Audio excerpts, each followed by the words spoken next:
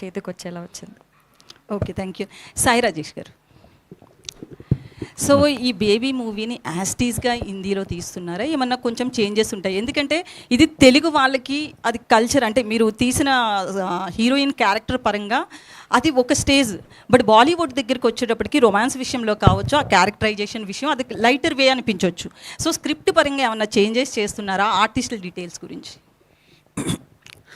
Lighter vane ఏం లేదండి. అంటే ఇక్కడ బేబీ టైంకి అంటే ఏవైతే ఇంటర్వెల్ బ్యాంగో, ప్రేమిస్తున్న సాంగో ఇంతకు ముందు కూడా వేరే కథల్లో ఉంటాయి అలాంటివి సీన్లు కూడా. సో ప్రజెంటేషన్ ఏంటి, మనం ముందు నుంచి ఏ మూడ్లో సినిమా సెట్ చేస్తున్నాము అనే దాన్ని బట్టే ఇంపాక్ట్ మారుతుంటుంది. యా, హిందీలో నార్త్ ఇండియాలో వచ్చేటప్పటికి ప్రాబ్లం ఏమవుతుందంటే మనకంటే కొద్దిగా ఒక మెట్టు అడ్వాన్స్డ్ ఉంటారు థాట్ ప్రాసెస్లో, అంటే మీన్ ఈ కల్చర్, పబ్ కల్చర్ విషయంలో. సో దాన్ని తగ్గట్టుగానే కొన్ని చేంజెస్ అయితే చేసుకున్నాను. బట్ ఆ సోల్ మాత్రం ఎక్కడ మిస్ కానివ్వట్లేదు. ఎందుకంటే ఆ ప్రేమ ఏదైతే ఉందో, దాని పెయిన్ ఏదైతే ఉందో ప్రపంచంలో ఒకేలాగా పలుకుతుంది. సో దాన్ని అయితే మిస్ చేయట్లేదండి. అందుకనే తెలుగు అమ్మాయి వైష్ణవిని తీసుకోవట్లేదా మూవీలో? ఇక్కడ తెలుగు అమ్మాయిని తీసుకున్నప్పుడు హిందీ సినిమాకి హిందీ అమ్మాయిని తీసుకోవాలి కదండి. బట్ తెలుగు డైరెక్టరే కదండి మీరు. కరెక్టే. ప్రాబ్లం ఏమైందంటే అక్కడ స్పాట్ డబ్బింగ్ ఉంటుంది యూజువల్లీ. అక్కడ ఇక్కడే మాకు చాలా ప్రాబ్లం అయింది. వైష్ణవే కానీ ఆనంద్ కానీ చేసిన యాక్టింగ్లో ఒక 60% మాత్రమే వీళ్ళు డబ్బింగ్ చెప్పగలిగారు.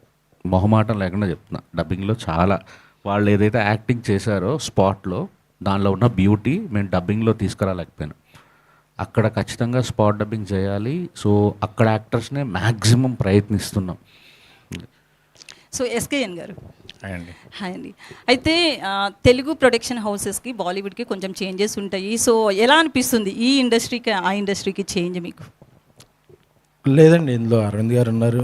ఆయన హిందీలో సినిమాలు చేశారు.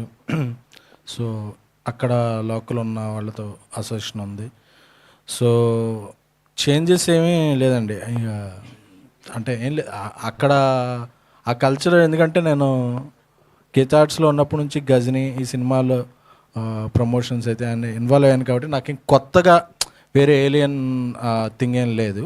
సో అలవాటు పడ్డట్టే ఉందండి. కొత్త ప్రాసెస్లో కొన్ని చేంజెస్ ఉన్నాయి తప్ప. So there is nothing major different.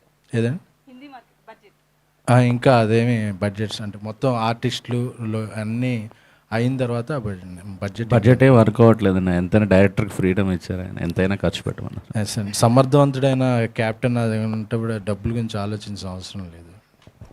Sai Rajesh గారు సార్, అంటే సినిమా నా ఫీలింగ్